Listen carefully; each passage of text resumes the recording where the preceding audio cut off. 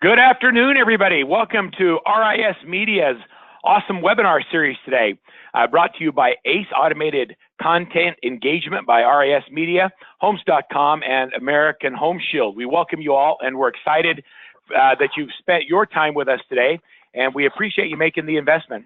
I promise you that both of our guests, both of our panelists today are rock stars, and they're going to share a lot of amazing information that will help you really start fulfilling the needs of today's buyers and stop losing out to your competitor by creating your unfair competitive advantage. I want to always just do a couple ground rules as we start. Stay on the webinar till the very end. The webinar is being recorded, and like my second to the last slide, I'll give you a page that you can go to, and you can download the content from today's slides, as well as the panelists have given us some great downloads that you'll be able to download that will help you with your clients as well. We'll show you what those are as we get towards the end of the webinar, so it's worth staying till the very end. I also encourage you to ask questions during the webinar. If something piques your interest or you want more information about something, you just have a question for any of our panelists or our partners that are helping put on the webinar, use the control panel where it allows you to ask questions. I have that question screen on my desktop, and I'm able to see those questions, and I'll do my best to ask questions that are coming from you as we engage our panelists and partners today. So buckle up, everybody. Check you around your seat. Look for your seat belts. Let's get buckled up, and let's kick this thing off.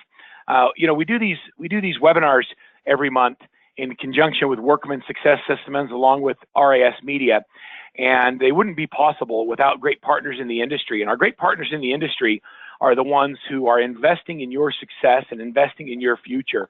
And today we have two great partners in American Home Shield as well as Homes.com.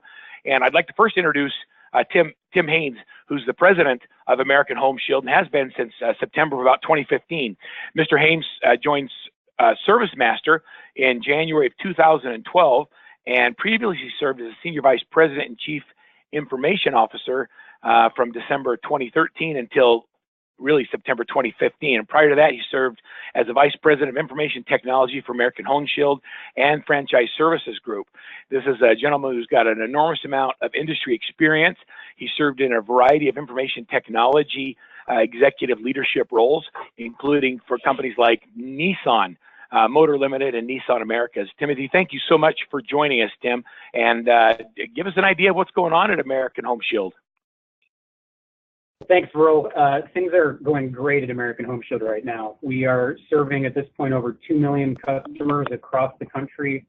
Our customers appreciate the value we provide. We continue to see very strong, even growing renewal rates, which are highest among those who actually use their warranty, which, you know, we love that. So the more people use it, the more people see the value and the longer they want to be with us.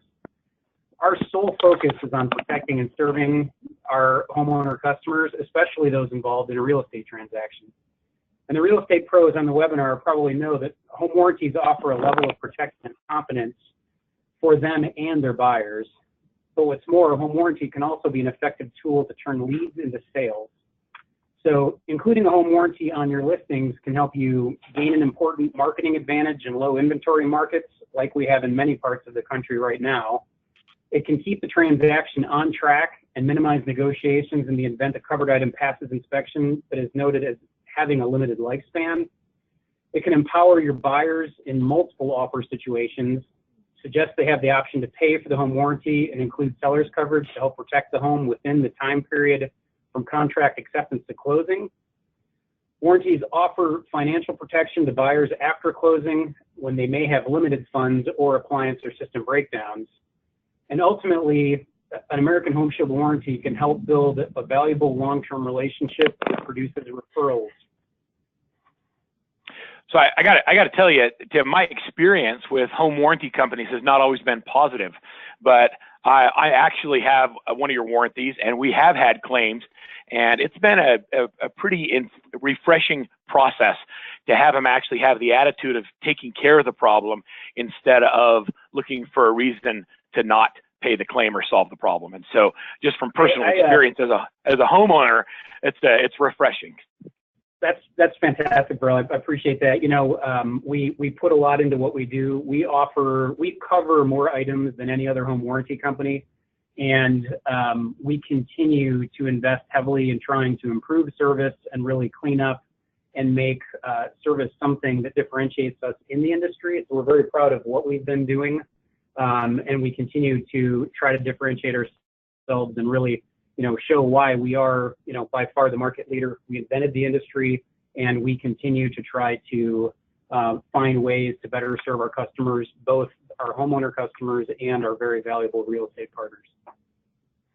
Well, we appreciate it. We appreciate your partnership at RISmedia and helping us put on these great events. So thank you for being here, and I encourage you to stay with us as long as you can today.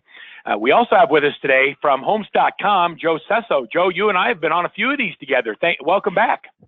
Hey, thanks for having me, Verl. Yeah, we've done a number of these, and it's always been a lot of fun. So I always enjoy being on these great webinars you do. Well, Joe's he's one of the national speakers, and he's the national sales director for Homes.com. And he's also a national speaker for Realtor.com prior to that. He's traveled all over the country, putting on literally hundreds of events for thousands of real estate professionals in 49 of the states on really how to list and sell more real estate, and how to build independent wealth by using proven success strategies and techniques and systems. But Joe, you've been pretty busy lately. Yeah, it's been pretty busy, Verl. I got to admit, we just launching the book, as people see on the screen here, Secrets of Top Selling Agents. It was released in September, and proud to say that it became an Amazon #1 bestseller for real estate. And I can't say anything more about it. We have a posters now that have the Amazon #1 bestseller logo on it. And what's really cool is that how I came, how it came up with the concept. It came from the webinar one of the other webinars we actually run, and we've had these speakers on here over the course of these years. And I was looking at it. I just finished my MBA, and I had all this free time. I'm like, man, what are we doing? And I saw all this content that was just sitting there, and nobody was doing anything with it. I mean, you had Barbara Corcoran from Shark Tank on there. You had the co-founder of Keller Williams, Gary Keller, Dave Liniger from Remax, and all these other great individuals on there. And I said, you know what? This content is something that somebody can take away. But the problem is nobody wants to sit there and watch 13, 14 hours worth of stuff. They just don't have time to do it. We're really busy today. So I just took my favorite episodes, and I had spoken on most of those as well with them, like I'm doing here.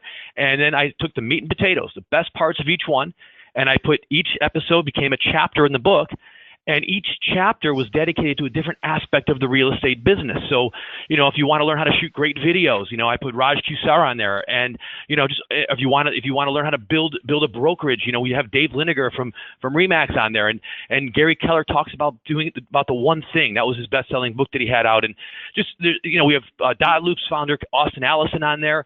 There's everybody there's so many people in the book, but like I said, we focus on each chapter so that if you read that book, if you're in the real estate industry, or you're thinking about getting in the real estate industry, and you're saying, what can I do to read? What can I have right in front of me that can actually help me become a better salesperson, a more organized person? This is a great book, and it's only $12.95. And I think the link's on the next slide there. They can go to secretsofTopSellingAgentsBook.com, but we've got this bit.ly link, so it's bit.ly SOTSA book, which stands for Secrets of Top Selling Agents Book, and they can go there. It takes them right to Amazon, and they can buy it. But $12.95, it's a great value. It's brand new, and like I said, it's an Amazon #1 bestseller, and we're really proud of it. Well, we're excited for your success with the book. How's it doing on the bestseller list? Oh, it's doing great. I mean, because it's the fact that it's a niche book. It's a niche book. It's focuses only on real estate sales. So it's going to be hard to compete with the Harry Potters and everything else out there. So what they do is right. But in the category of real estate sales, yeah, it was #1. It's still trending up there. And what's great about it is that every time we go to an event, we do something, we're bumping into a number of these speakers, and they're out there and they're saying, hey, thanks for having me in your book, and then they're tweeting about it, and so they're pushing out to their followers, and it's generating more sales. So it's been something that's really good. We're going to have it at NAR. We're going to be giving it away at the booth, and we're going to have some great. A number of these speakers are actually going to be at our booth at some point in time during the NAR conference in Chicago this year. Good for you all. Thanks for being here. Thanks for all you do in the industry. And I'm looking forward to reading The Secrets of Top Selling Agents. I think it's going to be, it looks like it proves to be a great read, and you've got great people in there. I want to. Thanks, Earl. I'm going to jump right in, and I want to welcome our first guest today, Michelle, all the way from what I like to say is Pearland, Texas. And I don't do it justice because I don't have that great Southern accent. But Michelle Woods is a top producing buyer's agent for the Christy Buck team, and a lifetime area and resident of the greater Houston area. After graduating from Sam Rayburn High School with honors, she went on to study at the University of Houston, and then while she was in college, she began pursuing her real estate career. She decided she wanted to make some real money and has been licensed realtor for over 15 years. And I've known Michelle for, what, going on 5 years now, it seems? Yep, right at 5 years. And it's been really fun to watch Michelle progress as a real estate agent and become a top performing agent. Michelle, what's your, give me a little bit of kind of what your goals have been this year and what it looks like you're going to be able to accomplish from just working with closings and buyers this year. Definitely hitting my goals. We just did our goals for next year and have decided that I can double them for next year. So in Houston, we've had a great market and I was able to hit all the goals that I had set for the year. That's awesome. Anytime you meet an agent that's doing, 40, 50, or even 60 transactions a year, which both of our panelists are today, it's quite an accomplishment. And I love the attitude of what we do when we hit our goals. We do what, Michelle? We just double them. We double them. I love that. And so I want to talk today about lead conversion, and I want to talk about creating amazing experiences for your clients and some of the things that have led you to the level of success that you've had over the last several years and continue to have. So, Michelle, are you seeing my screen okay, Michelle? Yes, it's flipping back and forth, but yes. Yeah, I know that was my chubby finger on the keyboard, but I fixed it. Got it. I can't get my fingers to think thin as hard as I try. So there's a lot of high volume lead generation systems out there. Some people use homes.com, others use, Boomtown, Zillow, whatever. And I know you have multiple lead sources. Talk to me a little bit about the lead conversion process and the things that you go through from the moment a lead comes in to what you do to take them through the lead conversion process. My number one goal is, of course, to set an appointment, fill out, the LP Mama, figure out exactly where they are, what their goals are, their timeline, and then just to get that appointment and start building that relationship with them, and then nurturing them on their timeline. So if they're far out, not nurturing them too much, but enough that you stay in their mind, and then if they're ready to move quickly, that you can, stay on them every day, sending them new listings, just communicating, at the level that they're ready to transact. So when a lead comes in, how fast do you want to call them when they come in? Immediately. I mean immediately meaning like 20 minutes? No, under 5 minutes. As soon as it comes in, our goal is to try to get it answered as soon as possible. And how many buyer's agents are on your team? We have 8 now. 8. So what happens if you don't respond quickly? Does somebody else get the lead? Tell me kind of what happens. Yeah, so if you don't answer it, Christy gives you 10 minutes to answer it. And then if you're busy and you can't take care of that lead, then we would love for one of the other agents to have the opportunity to take care of that lead. With that many buyer's agents on a team, do you mind sharing with me a little bit about your culture and how you create that, a culture of productivity? What does your daily routine look like? We get up to the office at 9 a.m. We just moved it from 10 to 9 so people would have a little bit more time to be productive. So 9 a.m. we have our huddle, go over our core values and what we did the day before and what our goals are for that day to kind of get everyone going in the right time. So you've been doing that. I'm sorry. Yeah, keep going. No, yeah, keep going. So after your huddle, then what do you do? I go through the new listing, see what's come on the market, and then send it to my clients that are looking for those homes, and then just start going from there. I usually prospect for my hour in the evening 3 days a week, and then 2 days a week during the day around lunchtime. Now you act like that's something that everybody does. You kind of say it nonchalantly. You prospect how often every day? At least an hour. You prospect an hour a day, and define prospecting for me. getting on the phone and making phone calls nonstop. So putting your email away, putting your cell phone away, and just focusing on the calls that you're making at that time. I love that. So as long as you've been doing this, do you still practice scripts and dialogues? Yes, we try to at least every day. We have several new agents, so we've been scripting a lot more. It definitely helps to keep everybody making those conversations smooth once they get on the phone with the client. So take me through LP Mama. Location, price, motivation. Do they have an agent? Are they pre-approved? And then scheduling that appointment with them, which is, to me, the most important to build that relationship. And so as you're going through practicing this script, Michelle, tell me a little about what you practice. How are you helping the new agents incorporate it so it doesn't sound like they're reading a script? So if they're calling on a specific property, while we're looking it up, we'll say that property is in the lakes of Highland Glen. The east side of Pearland is at the area that you're looking for. Kind of that gives them that out to say, no, I'm actually looking for the west side. And the same thing when they ask, it's 350, is that the price range that you're looking for? Just as you're giving them that information, asking for the answer back. And so do you still do this? I mean, as many transactions as you sold, you probably have it memorized. You still practice? Yes, 100%. So I think it's cool that as many transactions you're doing, that you're still practicing your scripts and dialogues. And so I want you to take us through a little bit, if you don't mind, the lead conversion process. Kind of define for me the difference between an A, B, and C lead, what you do, how often you follow up, and what your system looks like. And I'll try and do my best to follow along the slides with you. Okay, so our A leads, our hot leads, are leads that we have an appointment with, that they're ready to sell or buy as soon as they find something. So we're talking to them, we're sending them information daily as new listings come on the market. And if for some reason nothing's come on for a few days, we do have a follow-up, try at least twice a week, or do follow up twice a week. And then just until we can find them a house.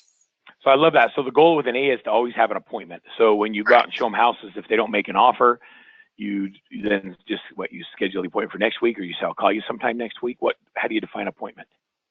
I send them new listings every day and go from there. So I may not have that exact appointment schedule, but I know as soon as that new listing hits. So yes, I'm sending them stuff every day. And if it's been 3 or 4 days that nothing's come up, then, I at least reach out to them and let them know that I'm here, and that, as soon as the house hits the market, we'll definitely go out and look. I love that. All right, what's a B?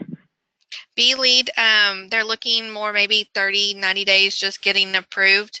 We don't want to bug them too much, but we want to make sure that they don't think we dropped the ball. We touch them twice a month, on the week of the 1st and the week of the 15th. And we kind of rotate it. So we'll text one time, phone call another time. And in the meantime, they're still getting their daily e-alerts, the listings that come out automatically every day. What do you say to them when you're calling them twice a month? Just checking in. Don't want you to think I dropped the ball, let you know that I'm here for you. If I can, as a search, are you seeing what you're wanting? Do we need to adjust anything? And there's always something that's happening around that time that you can always just make just normal conversation, just checking in that you really care about them. All right, very cool. All right, what's a C? C leads are a little bit further out, so they're probably just starting to look, see what the market's doing, maybe what they can get for their house. So they're 90 plus days out. We reach out to them once a month, and then also give them their e-alerts. We kind of scale the e-alerts back to where they're only getting them maybe once a week. We don't want them to be bombarded in their email too much that they opt out. So you have that clear balance between getting enough information to them but not bugging them. And we do that on the 8th of every month. So during the week that the 8th falls in?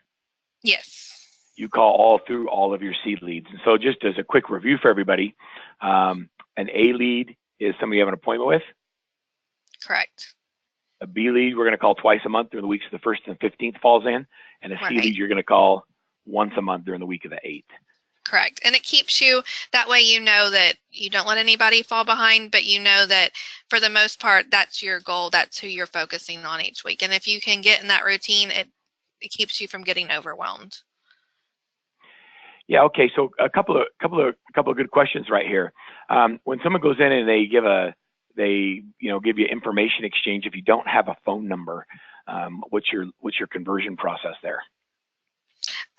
We have an email that says, I don't have your phone number. I always well, if they're asking about a specific property, in our system, we can pull up, most agents download information. So the survey, the seller's disclosure. So I'll email it to them and then say, I would love to meet you and show you the home, what time works for you. Not asking them, but seeing if you can, what time works, I'm going to show you. And then if they respond, then you can get their thing, but just staying on top of it so you can get that phone number and providing something of value every time you do contact them.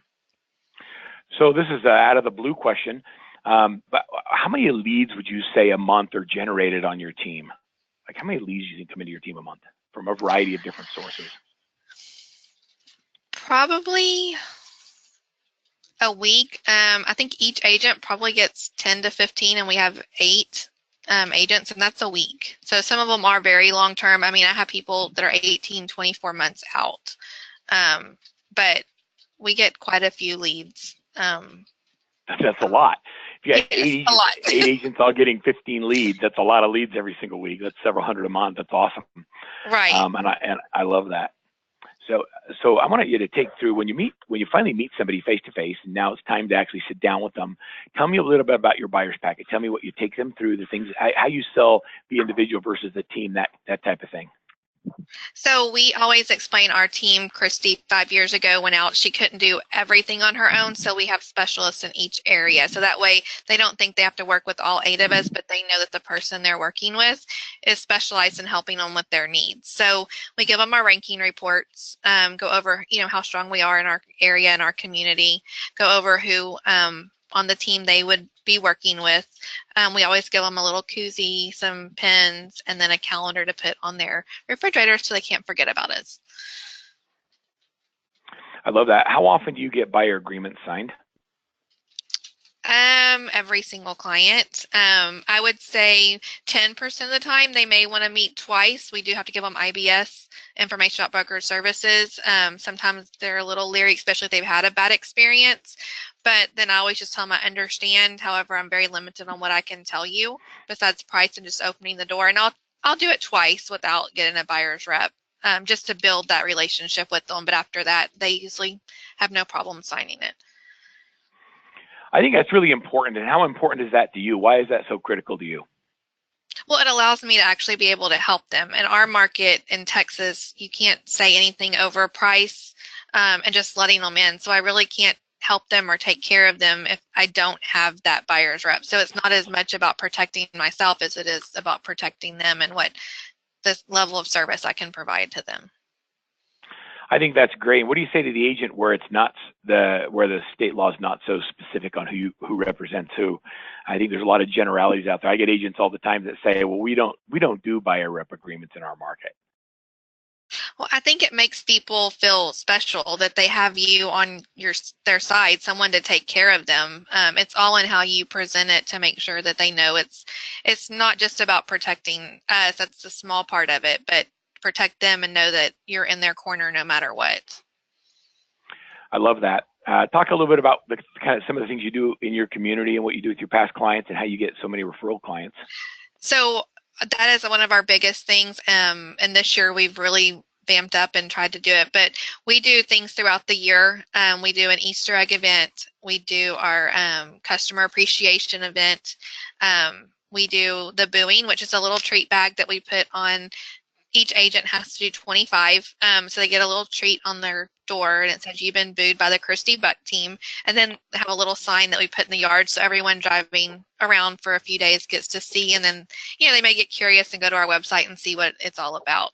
And that gives you, in 1 month, you can touch 25 of your sphere of influence, past clients, your 50 people that you're trying to get referrals from once a month or once a year. I love that. So just that, since it's Halloween month, do you ever get somebody calling you saying, hey, how come my kids didn't get one of those? No, because we do so many things throughout the year that we try. I think between all the things, somebody gets something. We've never had anybody, but each agent does 25. So we hit a lot of people. That's awesome. Tell me what you do for Pi Day. Pie Day. So we have a local bakery that's pretty famous here in Houston, and we, along with our some of our vendors, our inspectors, our lenders, provide a pie. They can choose from 3 different ones, and we hand them out the day before Thanksgiving, and have our clients come and meet us, or just to say hi and let them know we're here and give them a pie for Thanksgiving. How many pies do you think you'll end up giving away this year? Last year, I think we did 350. Hopefully, we're closer to 500 this year. That's awesome. So a couple of quick questions before I introduce Julie real quick. But one is do you have a favorite lead source? You have a lot of different lead sources that generate leads. Besides Homes.com, which is just a given, what are some of the other lead sources that you really like? Homes.com, Zillow, those are all leads that people are searching on the internet. Those are the people actively looking. They're ready. If you can get their trust, they're ready to transact and get a house. So I personally like the online leads, getting on the phone with them. They're always surprised when you call them back so fast. So that myself would be those online leads. So if you had to tell a new agent that is just starting out in real estate, joining a team or doing it on their own, one thing that would make the biggest difference for them being successful and not being successful in that first year, what would you tell them? I guess I probably have more than one thing. To be aggressive, to prospect. Prospecting works. I mean, if you don't ask and you're not on the phone, then you're not going to get any business.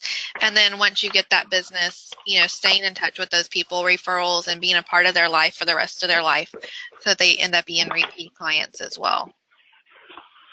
I love that. Michelle, thank you so much. Time goes really fast. You mind staying on the call with us? I'm going to talk to Julie for just a minute, and then we'll kind of open up to both of you for questions that people might have. Lots of questions coming in, by the way. Love your insight. Thank you. So our next guest, everybody, is thanks for being so willing to share just what's working, Michelle. Our next guest is Judy Munchell, and Judy is with the Lee Tessier team with Keller Williams American Premier Realty. And you're kind of in the greater DC area, Julie. Where's what's the actual area that you work in? I'm actually in Bel Air, Maryland. We're north of Baltimore. North. Yeah. I knew that. Baltimore, Maryland. Yeah. Tell me how things are going for you out there. Things are great. We have a great market here. So I love to hear you say that. I talk to so many people that like to complain about the limited inventory or things like that, but you're still selling a lot of houses, aren't you? We sure are. Yes, we are. So Julie, tell me a little bit about your team. Give me kind of a snapshot of the Lee Tessier team. Well, we have 4 listing agents, and we have about 8 buyer's agents. We just hired a couple new ones, brand new, as a matter of fact. We have also a staff of, we have a marketing person and a listing manager and some support staff. So it's, it's a full team.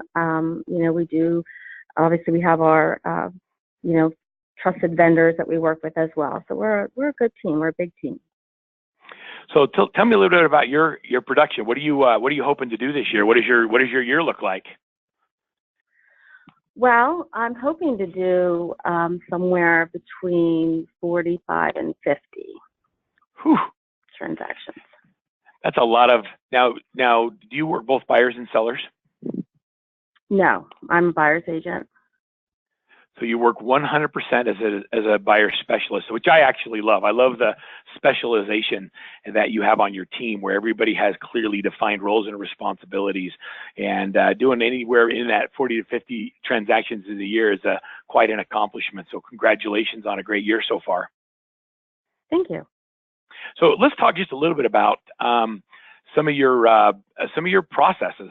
I mean, when we're talking about the conversion of the online consumer today, talk to me about what you go through when a lead comes in. Well, it's a lot of the same stuff. I try to get on the phone with them right away. If I don't get them on the phone, I try to give them a text or shoot them an email. We just hired an ISA, an inside sales agent, so he's very aggressive, and so he's been handling getting to those people right away, trying to schedule an appointment. So basically now, my job is to follow up. So just to follow up, if you can't get them, I'm hitting them the next day. It's really just about, just hounding them until you get them on the phone and get that appointment. I love that. So how effective is texting? Have you noticed that people respond to that differently than an email or even a call sometimes? You know what, they do sometimes. It's interesting because especially with the younger generation, the millennials, they love to text. They love to email. They're not so much, talkative. They don't want to talk on the phone. I've had a very good success with the texting, especially with the younger generation. Yes. So on this slide, you say you reach out until you get an appointment. How do you get them to say, okay, I'll meet with you? Well, usually it's about, working for them. So I like to let them know that, hey, you're a first-time home buyer. Why don't we sit down and go over the buying process? I bet, you probably have some questions. You probably are a little nervous. Let's get all your questions answered. Let's talk about what you're looking for in your home. Really want to just put them at ease and let them know that I'm going to be with them. I'm going to walk them through this. That this is going to be, a partnership between us and them, and that I'm going to, just see them through the whole process. So do you mind taking me through a little bit of the process, the pre-approval process, what happens when you meet at the office? Just kind of take me through your process. Sure. So once we meet at the office, it's usually, it can be anywhere from a half an hour to an hour appointment.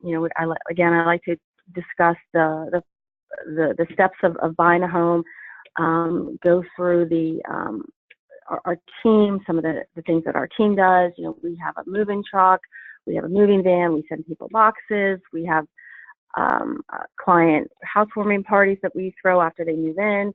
I also want them to know that we do have a full team, that if I'm not available, if I'm out on an appointment and they have a question, they can call the office. Somebody's always here. If I'm away, there's another agent that's going to handle my business for me. I want them to know that they are going to be taken care of.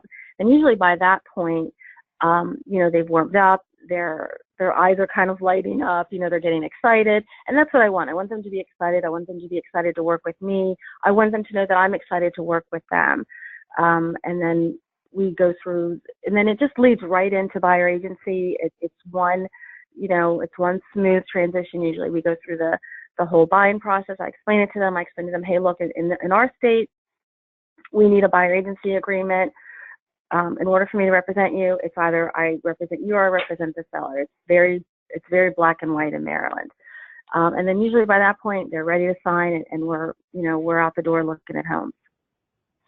Do you ever get much pushback on getting the buyer rep signed? I do. Occasionally people, they don't want to sign it.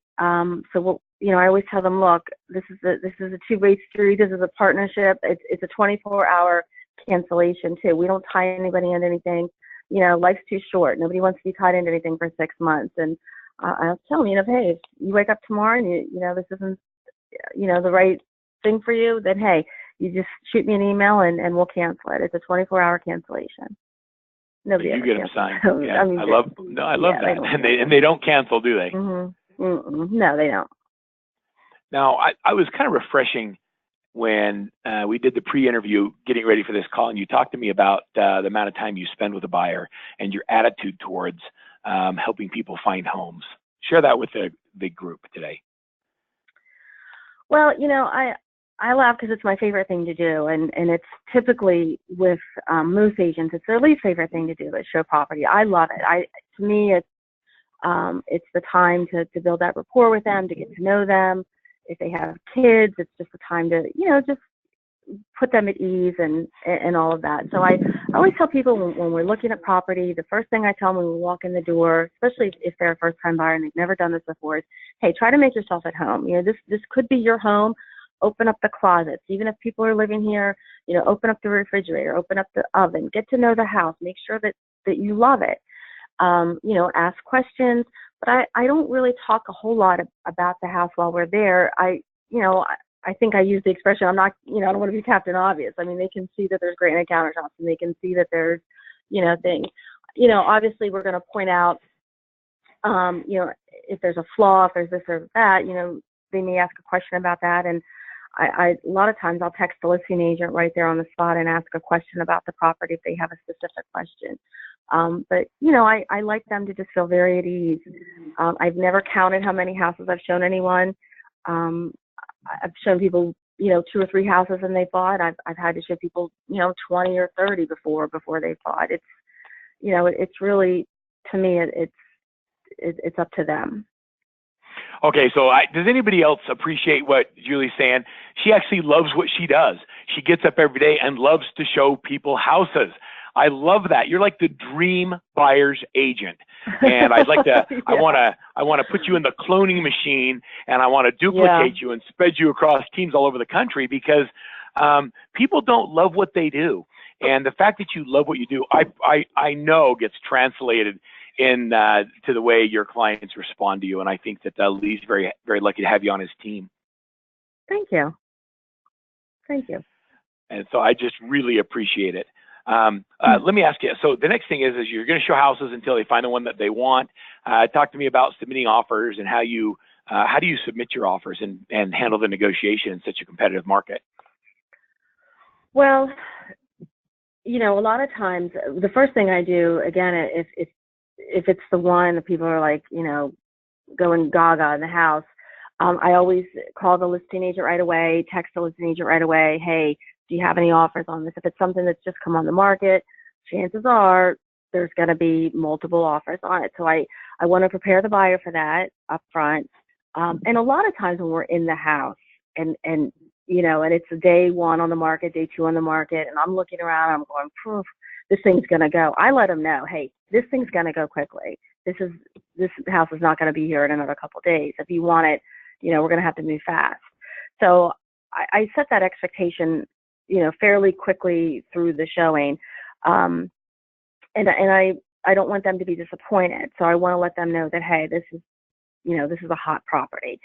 So I try to put them in the best light, when we're doing an offer. Obviously, if they're not contingent, that helps. If they've got conventional financing, it's the big picture. I always give that listing agent a call and tell their story if I, as much as I can, as much as I'm allowed to. Hey, they're excited. They love this house. They're willing to work with the seller's time frame, whatever the case may be. I really want to, and I want to make a good rapport with that other agent as well, because I want them to want to work with me as opposed to maybe somebody else. So I try to be very flexible and let the buyer know, hey, let's put our best offer together. And a lot of times that's successful. Most of the time that is successful. I think that's awesome. So I asked Michelle to kind of take us through a day in the life. Tell me what your day looks like. Kind of how you start your day. What does that look like? What is your team culture? So we do a lot of very similar activities. Start at 9. We do 3 days a week. We do role play. We'll kind of come in, and if it's a Monday morning, a couple times I've played I think I told you this, I played like a motivational, 5 or 10 minute video just to kind of get people's week off to like a nice start with a positive, because sometimes, people may have had a rough weekend and, showed a lot of property and didn't write any contracts, whatever. So I just feel like Monday, hey, it's a new start. Let's listen to something uplifting and upbeat, kind of get the week going. We'll do a couple role plays, discuss any issues, and really it's quick. It's a 9 to 9:30. And then everybody is hitting the phones at 9:30. From 9:30 to 10:30 is our hour of prospecting. Kind of very similar to what the other agent said. Let's put our email down, all of that, and get on it.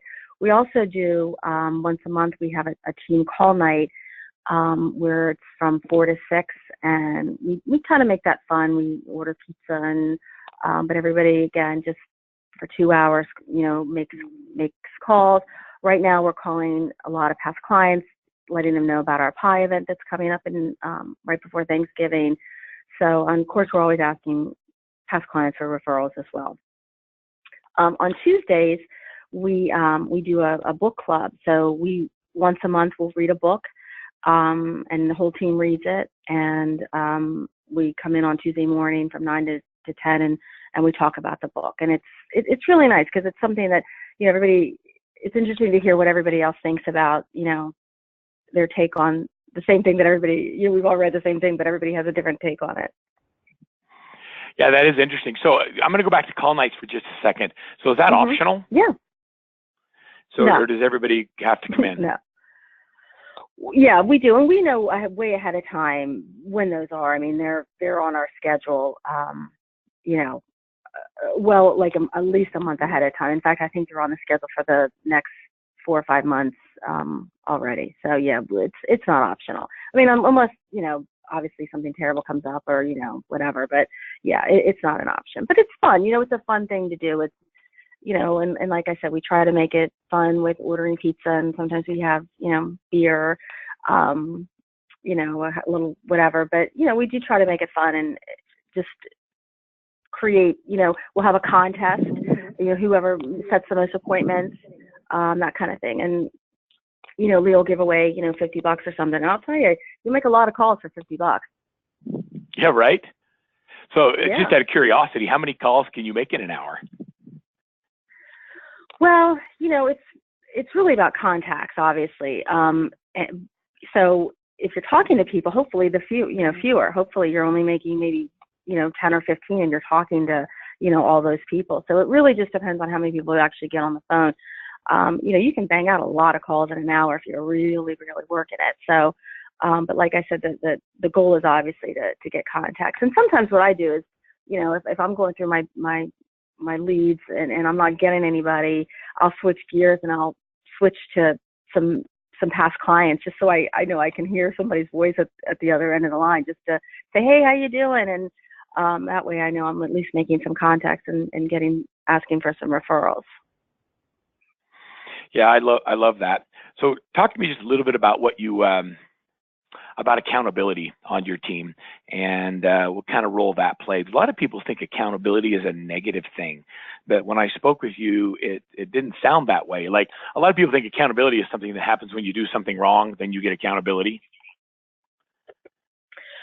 Yeah, we actually have a big board in our office. It's we call it a scoreboard, and every day we turn in our numbers, the calls that we've made, the amount of calls we've made, the amount of contacts we've made, any appointments we've set, any agency agreements, and any settlements and any contracts.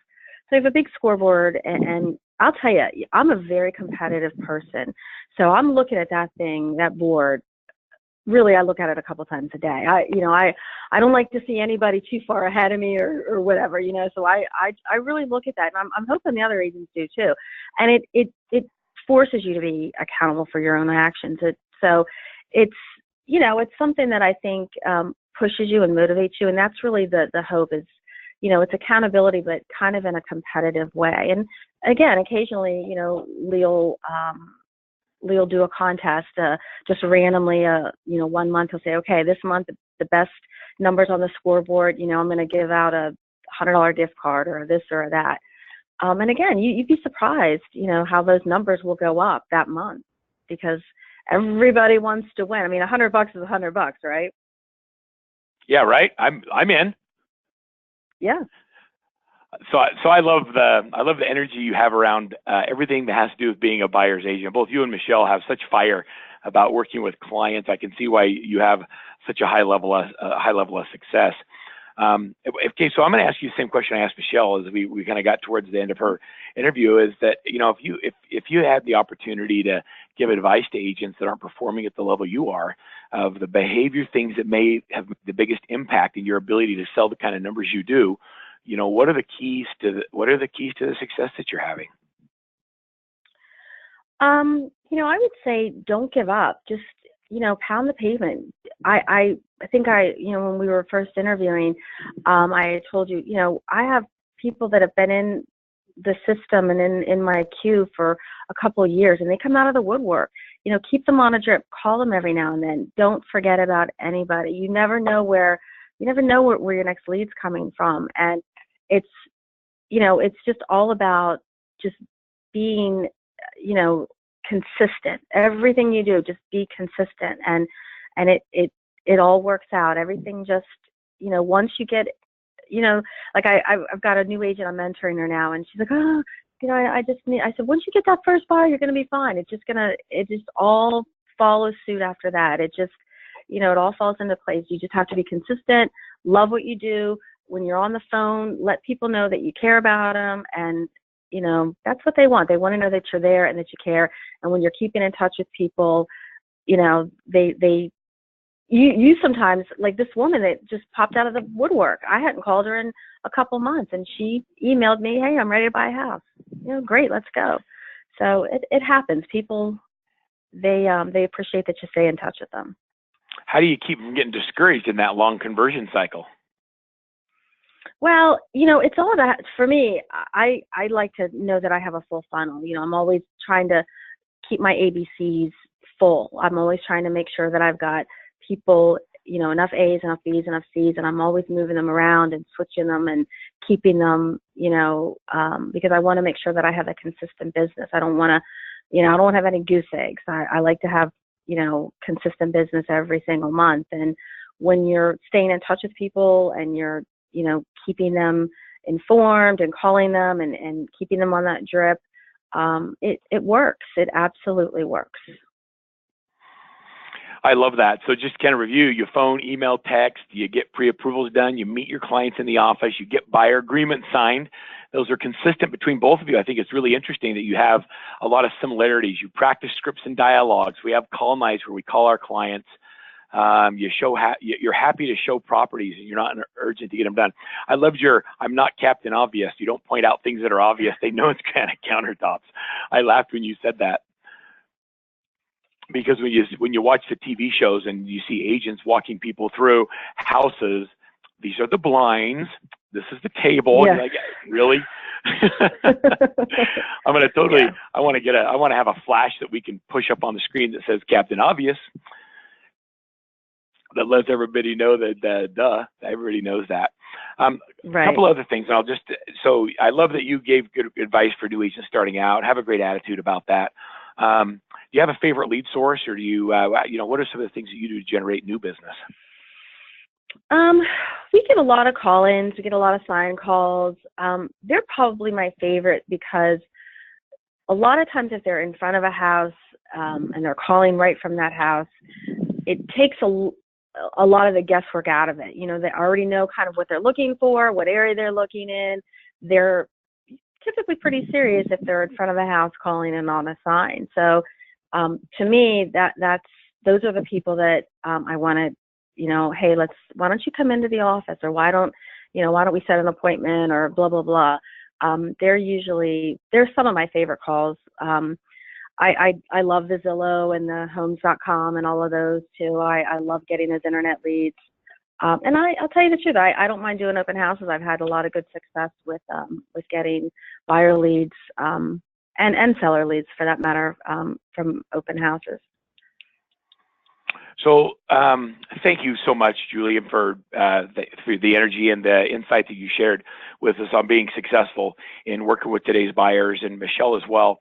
There's a bunch of questions that have come in on the message board. I'm gonna encourage everybody to continue to write your questions in, and I'll do my best to get to everybody's questions. There's a few things that our guests wanted everybody to have access to. One was the ABCs of lead management, the LP Mama script that we use. And then Michelle gave us her Thanksgiving pie checklist of the things that they do to get ready for the Thanksgiving pie event, and all the things they do to make that a great event. In order to download those, just text Master Buyer to 44222, or go to workmansuccess.com/Master Buyer, and just tell us who you are, and then you'll be able to download not only a copy of today's call, a copy of our session notes, as well as the free giveaways that have been made available for everybody. So let me ask you both a question, and I'll first go to Michelle and then you, Julie, and that is, how do you convert the sign call lead? So tell me about your sign call process. Do you just have everybody's numbers on the signs? What number gets called? And then what's the conversion process you go through? We use the ProQuest system. I'm sure there's several different systems in different markets. So it rings all the agents' phones at one time. So whoever's available to answer it quickly does. It captures their phone number, their name, and then the number one thing is, when can I meet you there? When would you like to see it? After making sure they aren't working with an agent. So my number one goal is just to get the appointment and get them to see the house, and then get in person. So you'll go meet them face to face at a property just so you can meet them, and then you'll do the buyer presentation and get them to sign the agreement. Is that what you're saying, Michelle? Yeah, I mean, I talked to them a little bit to make sure that they don't have an agent, that they are work. I don't just show up, but I mean, my number one goal is to meet them. If you meet them, you kind of have them sold after that. Okay, Julie, tell me your process. What how they're calling, what number they're calling, that kind of thing. They call. We have a couple different. We have a sign writer. It's called an Arch.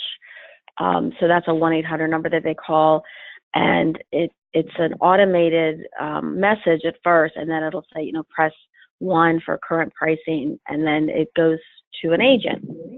So that's one of our one of our systems, and then of course we just have like a main number, and then whoever's on call that day would get that phone call.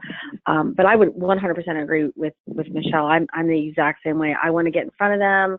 I want to get that appointment. I want to, if I have to, if I'm able and they want to see the house that day, if I can, I will. Same thing. As long as they don't have an agent, whatever. But I feel if I meet them in person and get in front of them, you got them. They're more than likely they're going to work with you. I love that. And interesting that Christy, one of our guests on the call, just asked this question, and I was having the same thought as she wrote it. And that is, how do the two of you stay safe when you're showing property to people you've never met in the office or don't know? What are the things that you do to stay safe? Let's go Julie first, then Michelle. Well, I've had other people ask me that question, and it's not some, I don't like to put myself obviously in any situation where I don't feel comfortable, and I won't do that. If I'm meeting somebody at a property and I've never met them before, I ask them a certain, some questions, just try to get to know them a little bit. Are you the only one buying the house? And if they're like, no, it's my wife, then I usually feel a little bit, better if it's, a couple. When I'm in the house, I let them go in first. I never turn my back to anyone. I'm always very cognizant of where I'm standing. I get their car, I'm looking at what they're driving. I'm making sure that, and I do this when I'm in an open house too. I'm very cognizant of who's coming in and where what kind of car they drove, and this and that and the other thing. I'm very, I try to be very aware of my surroundings at all times. I appreciate that. Michelle, have you ever found yourself in a situation that was scary, or what do you do to stay safe? I pretty much, I feel like you can fill them out. I do the same thing. So as you're, are you buying alone? And they'll say, no, your wife or your husband. Oh, will they be with you? Kind of asking questions. If I do feel unsafe, then I'll ask one of the girls to maybe come with me. We always have new people that are always wanting to tag along. I have an app called Life 360 that me and my husband have. So I'll text him and say, going into a showing, and it tells him exactly where I am when I move, how long I'm there, so he can kind of gauge where I am. But if I do feel uncomfortable, I usually just take somebody with me. But for the most part, I feel them out enough that I'm comfortable and just being safe, knowing your surroundings. What was the name of that app again? You said it too fast. Oh, Life 360. Life 360. What a cool thing. I haven't heard of that. I haven't heard of that before. Yeah. When you have a teenage daughter driving, it tells you how fast they go too. Oh, I'm totally getting that. Anna will not be happy you were on this call today. Somebody asked a question. I'm going to answer it for both of you. The question was, what was the name of the company that you use that people call from your signs that ring all the agents at the same time? And you both use different companies that both do similar things. Michelle's team uses ProQuest, and Julie's team uses a company called Arch Telecom, and I would recommend you both look at both of those things. I want to give you a bit of a self-serving question. How important, as you're working with buyers, is having an American Home Shield home warranty? I mean, do you do warranties with all your buyers? I do. I ask for it on every transaction. Yeah, every contract I write a warranty in 100%. So do we. We offer it, and then when we go on our listing calls, we always tell them that standard practice is to give a home warranty. So I would say 99% of the transactions have a home warranty. Yeah, thank you for both answering that question correctly. All right, so as we wrap up the call today, I just want to tell you how much I've enjoyed talking to you both today. I love the insight that you've given all of the agents out there that are trying to make it as buyers agents. I know that there's a lot of frustration and discouragement that happens, especially early on as you're getting started, and then getting to that place where you get into the place where you're starting to do 3 or 4 transactions a month. How do you manage it all and still have a life? And that'll be my final question for both of you. Michelle. I don't know if I have a life. I love what I do. So when someone calls to see a house, my kids are in their own activities. I do set time aside for them and my husband and myself, but I enjoy it. So it's not something, that I get up and like, oh, I have to go to work today. But I have my ideal weekly schedule. So my time is marked in when I need to give myself time. And I follow that pretty well. And then, it all just works out. How about you, Julie? Yeah, I would say the same thing. I love what I do. I enjoy it. I don't always feel like it's work. And it's fun. I love showing houses. To me, that's the fun part. Well, I have a couple things, during the week that I need to do. I pencil it in. I don't schedule anything else around that. I fit, family time in, and I just feel like, like Lee always tells us, put the big rocks in your schedule, and that's your time. But yeah, I agree with Michelle. I love it, and fortunately, I don't have little kids anymore. Mine are grown, and so it's just work now. Just work. I love that. How important has coaching been to the success of both of your teams? Oh, tremendous. I mean, we've probably way more than quadrupled. We've built an amazing team. It's our second family. So we wouldn't have all that we have without coaching. I love that. Same. Yeah, same. We and the great thing is too is that, Lee's like our coach. He really he takes what he learns and he shares it with us, and he's so, free to share it with anybody, really. I mean, he's very approachable, and it's nice. So the coaching has just been invaluable. It's been great. Well, I'm looking forward to seeing both of your team leaders in Salt Lake the rest of this week. They're going to be in pretty intense coach training for the next 3 days. So on behalf of all of us who've been on the call today, I just got a great comment. I have to tell you that one of the great comments that just came in off the message board says, one of the best webinars ever. Thank you so much for sharing with us. Can I get a copy of this to share with my other agents? So that's a great feedback from both of you. Thank you so much for participating. On behalf of Homes.com, Homes.com is a great partner, America Home Shield, and RISmedia's automated content engagement program called ACE. Thank you for being here. Thanks for having such great attitude and representing the real estate industry so well.